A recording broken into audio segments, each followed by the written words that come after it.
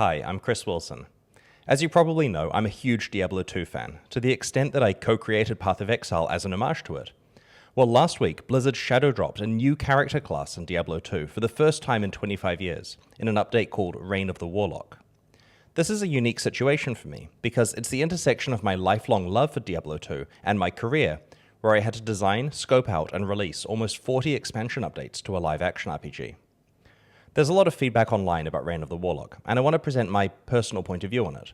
I want to talk about some of the decisions the developers likely faced, the various choices they had available, and the consequences of those choices. I've got nothing but respect for the Diablo II Resurrected team at Blizzard, who are pushing hard to bring us new content for the game that we love. They may watch this video, so I want to make it clear I've been having a great time in Reign of the Warlock so far, and I'm just trying to provide a fellow developer's perspective on what it's like trying to thread the needle on an update like this. I should make it clear that I am not affiliated with Blizzard, and these opinions are my own. While some people on Reddit may have decided that the Chris Wilson on the Diablo team is the same person as me, that's actually not the case. It's just a popular build in this meta. When working on changes to Diablo 2, you need to be so careful. This is a very special game. It launched the entire action RPG genre. It feels like wherever I go in life, I can ask someone if they've played Diablo 2 before, and they not only say yes, but have incredibly fond memories of playing it as a kid, a teenager, or while at university. Diablo 2 is a common shared memory among all of us, and that's why it must be treated with the utmost care. And it's very clear that the D2R team does deeply care about this. This is most clear when you see how they have partitioned off the changes into a new era that you can choose on a per-character basis. If at any point a change is made that hurts the game, players still have the original pre-Reign of the Warlock era of Diablo II Resurrected available to enjoy forever. I've seen people comment that various quality of life improvements in Reign of the Warlock are pay-gated behind the purchase of this update. I suspect that the intent wasn't about selling more copies, but about preserving a museum piece baseline. To me, those features being only available in the new era is the ultimate sign of respect to the original game. The team seems fully aware of the care that needs to be taken around this important piece of gaming history and are treating it with the respect that it deserves. So, Reign of the Warlock includes a new character class, but doesn't include substantial new exploration content, like a new act, for example. I think this may actually be a strategic mistake. Now, it may sound a bit rich of me to just wave my hand and inflict the expectation of dozens of developer years of work on their team.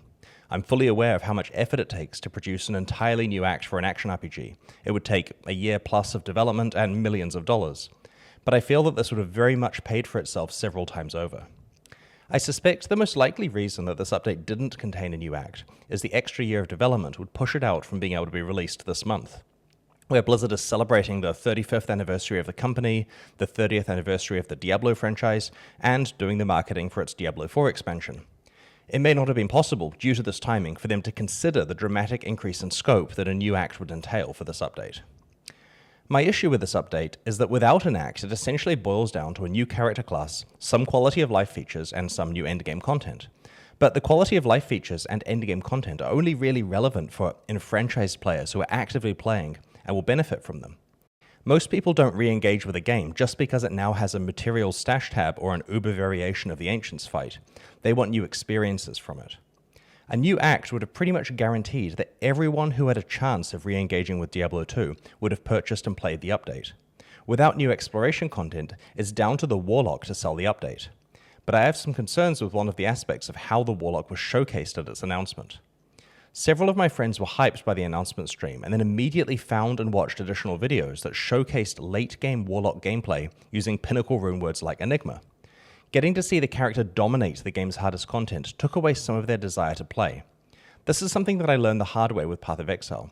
You want to show enough to interest people, but if you show everything, some people may skip playing that update entirely because they've seen it all already. My recommendation is to show the fantasy of the character and a fair demonstration of its abilities, but to try as hard as possible to encourage players to discover new endgame builds and their rewards by themselves. Something interesting to consider with the Warlock is that it probably wasn't the result of someone sitting down and asking what class would be best to add to Diablo 2. It was simultaneously announced for Diablo 4, Diablo Immortal, and Diablo 2. Because Diablo 4 is Blizzard's current flagship Diablo product and is generating a lot more money than Diablo 2, it's very likely that the priority was finding a class that fit in perfectly with Diablo 4 and could essentially be ported to the other two games for marketing benefit. As someone who cares deeply about every change to Diablo 2 being in its absolute best interest, the idea of a class being added because it was in Diablo 4 did upset me a little. But despite this, I think the Warlock class itself is cool. Thematically, I don't have any concerns with it. It fits in with the world well and is fun to play. I feel that the D2R team did a great job putting a D2 spin on the class. Things like binding demons really feel like Diablo 2 concepts, similar to Iron Golem and Revive, and very likely wouldn't be the way the class works in other Diablo games, which I appreciate. However, the Warlock was very clearly designed with modern action RPG sensibilities and decades of genre experience behind the team. As a result, it doesn't really have many bad skills, and that makes it stand out when compared to Diablo 2's other 7 classes. This class is a strong spellcaster, a strong summoner, and is strong at both ranged and melee combat. It even has a teleport. It feels like it has been designed to appeal to everyone, and because of that, it doesn't really feel like an actual Diablo 2 character class. At the time of recording this, which is before any nerfs were done to the Warlock, its power level is pretty high. People are even saying that the Spectral Throw build is stronger than a Mosaic Assassin. This is one of the difficulties when designing a new character class in isolation for a game. Developers don't want to risk undershooting its power level and having people hate it on release, so it's very tempting to aim a bit high with the power level. Unfortunately, release day is when people have had the least time to actually solve the puzzle of boosting its power using other game elements. So if it feels punchy on release day to give people a positive first impression, then it's probably really broken once built correctly a few weeks later. Blizzard faces a difficult problem here, because one group of players rightly doesn't like it when certain builds are massively more powerful than other builds, as it makes them mandatory for competitive players to play. Another group of players really hates the idea of their fun being ruined by nerfs. They like a powerful character. So far, the D2R team has been very careful with nerfs, which is sensible, but they are going to have to take a stance on the Warlock soon. Some people have suggested buffing the legacy classes to be as powerful as the Warlock, but this runs the risk of kicking off a live service power creep cycle, where class power gets raised, making the game feel really easy, so new harder content is added, and then a new update comes out with even more power that is able to dominate that content, and the cycle repeats. This is something that Diablo 2 hasn't had to deal with since version 1.10 in 2003, but if it's going to start receiving continued updates, then the developers will need to be very mindful of it. One thing that was immediately disappointing to me was that Reign of the Warlock removes the ability to switch to legacy graphics mode. One of the coolest things about Diablo II Resurrected is that it allows you to toggle between the new remastered graphics and the original legacy graphics. While its legacy mode somehow feels and looks a bit worse than the original game did, it is very interesting being able to see how faithful yet augmented the remastered graphics are, side by side with the original.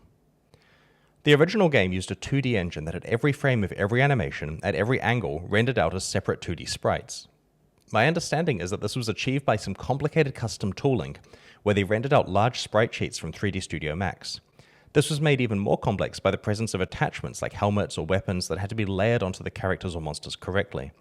Properly recreating this 25-year-old pipeline and getting it to generate compatible sprite sheets would be a lot of work. A lot of work. Allegedly, when D2R launched in China, it didn't include the legacy graphics option. This is likely because the art required culturalization changes, and they were unable to easily apply those changes to the old graphics. This suspicion was basically confirmed when Reign of the Warlock launched without legacy graphics support either. Updating the old art, for the small percentage of users who occasionally flick to it, would be an immense undertaking and probably not worth the effort from a commercial point of view. While I would absolutely love to see how the Warlock would look with 2000-era graphics, I don't blame them for removing the legacy graphics option. At least it's still available in the original pre-Reign of the Warlock era of D2R. This is why separating the game into eras actually makes sense. The current era is not held back by having to conform to the technical requirements of the original 2D engine. So while I was disappointed by this omission, I understand it and I'm hopeful that it lets them really flex their muscles with more graphical improvements and later updates. Honestly, I found the announcement of Reign of the Warlock quite surreal. Seeing a few features we designed for Path of Exile come full circle back into Diablo 2 felt like a huge honor, regardless of where the inspiration was actually from. It made me feel that I indirectly contributed a little bit back to my favorite game. If you enjoyed this video, please like it and consider subscribing. It helps a lot. Thanks very much, and see you next time.